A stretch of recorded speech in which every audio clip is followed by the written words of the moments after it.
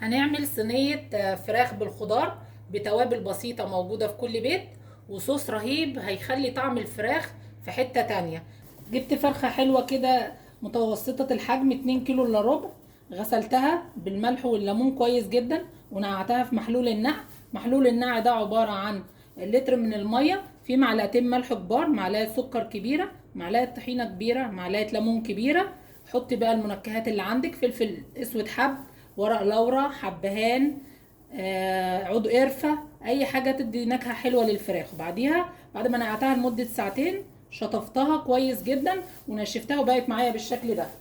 هجيب معايا نص معلقة من كل حاجة: نص معلقة ملح، نص معلقة بهار فراخ، نص معلقة زعتر، نص معلقة فلفل، وهقلبهم معايا بالشكل ده كده. وهمسك كل واحدة واتبلها بره وجوه.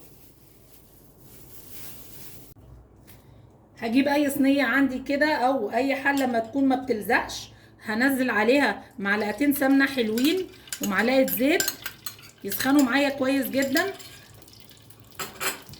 هبدا انزل بالفراخ اللي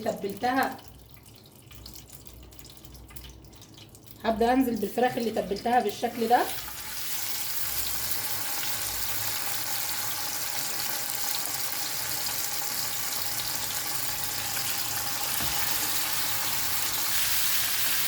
بعد ما الفراخ اخدت اللون الحلو الجميل ده هبدا اقلبها. عايزه اقول لكم يا جماعه ان ريحتها تحفه تجنن، وان السمنه البلدي او الزبده الطبيعي في الاكل بتفرق كتير في ريحه الاكل وطعمه.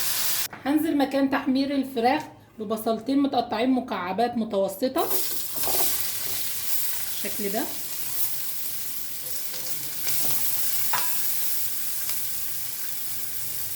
هديهم رشه خفيفه من الملح عشان يتبلوا بسرعه.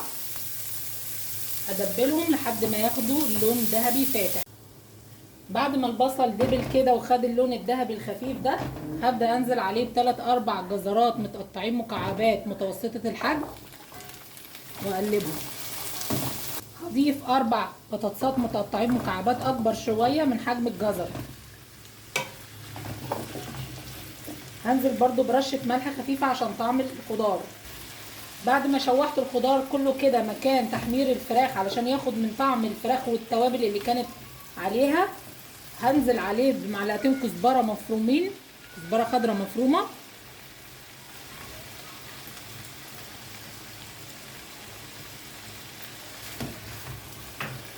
واقلبهم لمده دقيقه مع بعض. هنزل على الخضار بربع كوبايه ميه سخنه واقلبهم. عايزه اقول لكم ان ريحه الخضار لوحده في تحمير الفراخ روعه تحفه.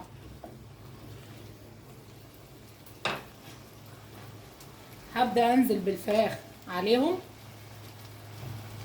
بالشكل ده.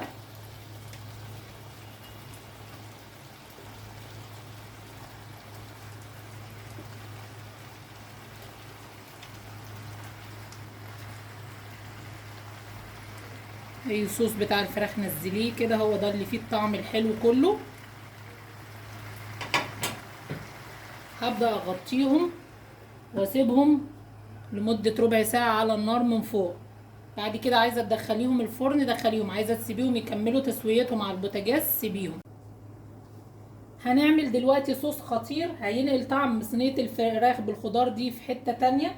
جبت معلقتين زيت، فصين 3 توم مفرومين، يا دوبك هقلبهم لحد ما تطلع ريحتهم بس من غير ما ياخدوا لون.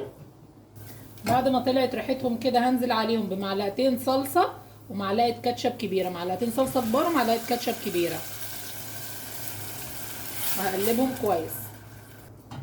هنزل عليهم بمعلقه عسل نحل كبيره. هنزل عليهم بالتوابل اللي هتدينا الطعم الحلو: معلقه، نص معلقه صغيره ملح، نص معلقه صغيره فلفل، نص معلقه صغيره بابريكا.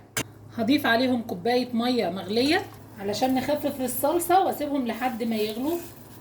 بعد ما غلي الصوص معايا بالشكل ده هبدا اضيفه على الفراخ، اسيبهم يكملوا تسويه على العين من فوق وبعدين هدخلهم الفرن ياخدوا لون.